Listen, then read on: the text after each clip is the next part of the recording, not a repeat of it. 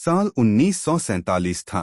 बंगाल के एक सुनसान गांव में बाबा विश्वनाथ एक आखिरी साधना में लगे थे। सालों की तपस्या के बाद वह एक ऐसी शक्ति पाने के करीब थे जिससे मौत पर काबू पाना मुमकिन था। यह थी एक डाकिनी को साधना। अमावस्या की बहुत अंधेरी रात थी।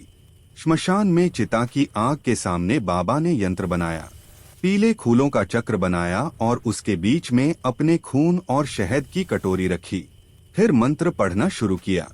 मंत्र पूरा होते ही हवा रुक गई। चिता की आग सीधी खड़ी हो गई। आग के बीच से एक आकृति निकली। एक अप्सरा के समान खूबसूरत स्त्री बाबा के सामने प्रकट हुई। वह डाकिनी थी। उसने बाबा से कहा, आपने मुझे बुलाया है, अब हुक्म दीजिए। बाबा ने उसका नाम रखा कालरात्रि। हुक्म दिया, जो भी इस चक्र में आए उसका खून पीना, लेकिन मेरे बिना किसी को मत मारना। डाकिनी ने सिर झुकाया। उसकी आंखों में बहुत गहरा दुख था। पहले साल में डाकिनी बाबा के लिए ताकतवर हथियार बन गई। वह गायब हो सकती थी, दूर के लोगों के ख्याल सुन सकती थी, बीमारी ठीक कर सकती थी। बाबा का नाम दूर दूर तक फैल गया। लोग उन्हें सिद्ध महात्मा कहने लगे। लेकिन बाबा ने कायदा बनाया, डाकिनी को कभी इंसान का रूप नहीं लेना था।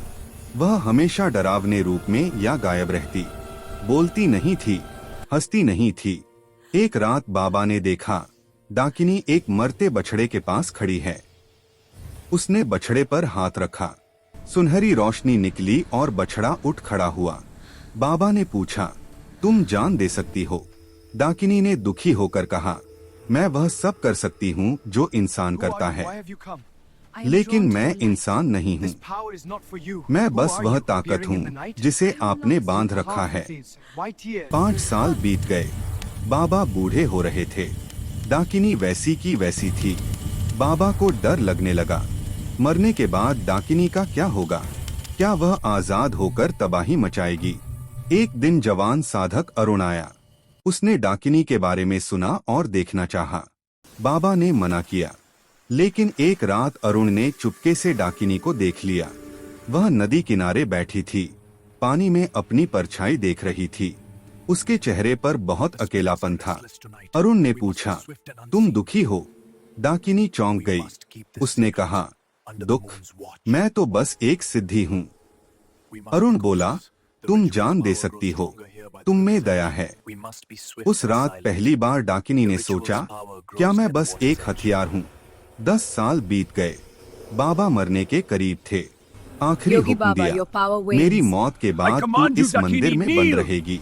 कोई तुझे आजाद नहीं कर सकता। डाकिनी ने पूछा, आपने मुझे सिद्ध किया, लेकिन कभी मुझे जानना चाहा, मैं कौन थी इससे पहले? बाबा गुस्से में बोले, तू एक ताकत है। ताकत का कोई बीता कल नहीं होता। तभी अरुण अंदर आया। उसने कहा, मैंने पुराने ग्रंथ पढ़े हैं। डाकिनी बंधी हुई रूहें हैं। मौत के बाद भी उन्हें कैद करके रखा जाता है। डाकिनी की आंखों से खून के आंसू गिरे। तो मैं एक कैदी हूँ। बाबा ने यंत्र चालू करने की कोशिश की। मंदिर से जंजीरें निकलकर डाकिनी को बांधने लगी, लेकिन तभी बाबा मर गए। मंत्र अधूरा रह गया। तभी डाकिनी ने अपनी सारी ताकत एक चमकती किरण में बदल दी। वह किरण बाबा के शरीर में घुस गई। बाबा की आंखें खुल गईं। वह जिंदा हो गए। जंजीरें टूट गईं। डाकिनी का शरीर धुंधला होने लगा। बाबा ने कमजोर आवाज में पूछा, तुमने मुझे नया जीवन क्यों दिया? डाकिनी मुस्कुराई, पहली और आखिरी बार। आपने मुझे सिद्ध किया, लेकिन अरुण ने मुझे मैं होना सिखाया। अब मैं अपनी आजादी खुद चुनती हूँ। और वह हवा में गायब हो गई। बाबा जिंदा तो हो गए, लेकिन उनकी सारी ताकतें चली गईं। वह साधारण बूढ़े बन गए। अरुण ने मंदिर संभाला। कहते हैं, आज भी अमावस्या की रात मंदिर में कोमल रोशनी दिखती है। मुरझाए फूल खिल उठते हैं और हवा में फुसफुसाहट सुनाई देती है। सच्ची सिद्धि वह है जो आजाद कर दे, बांधने में नहीं।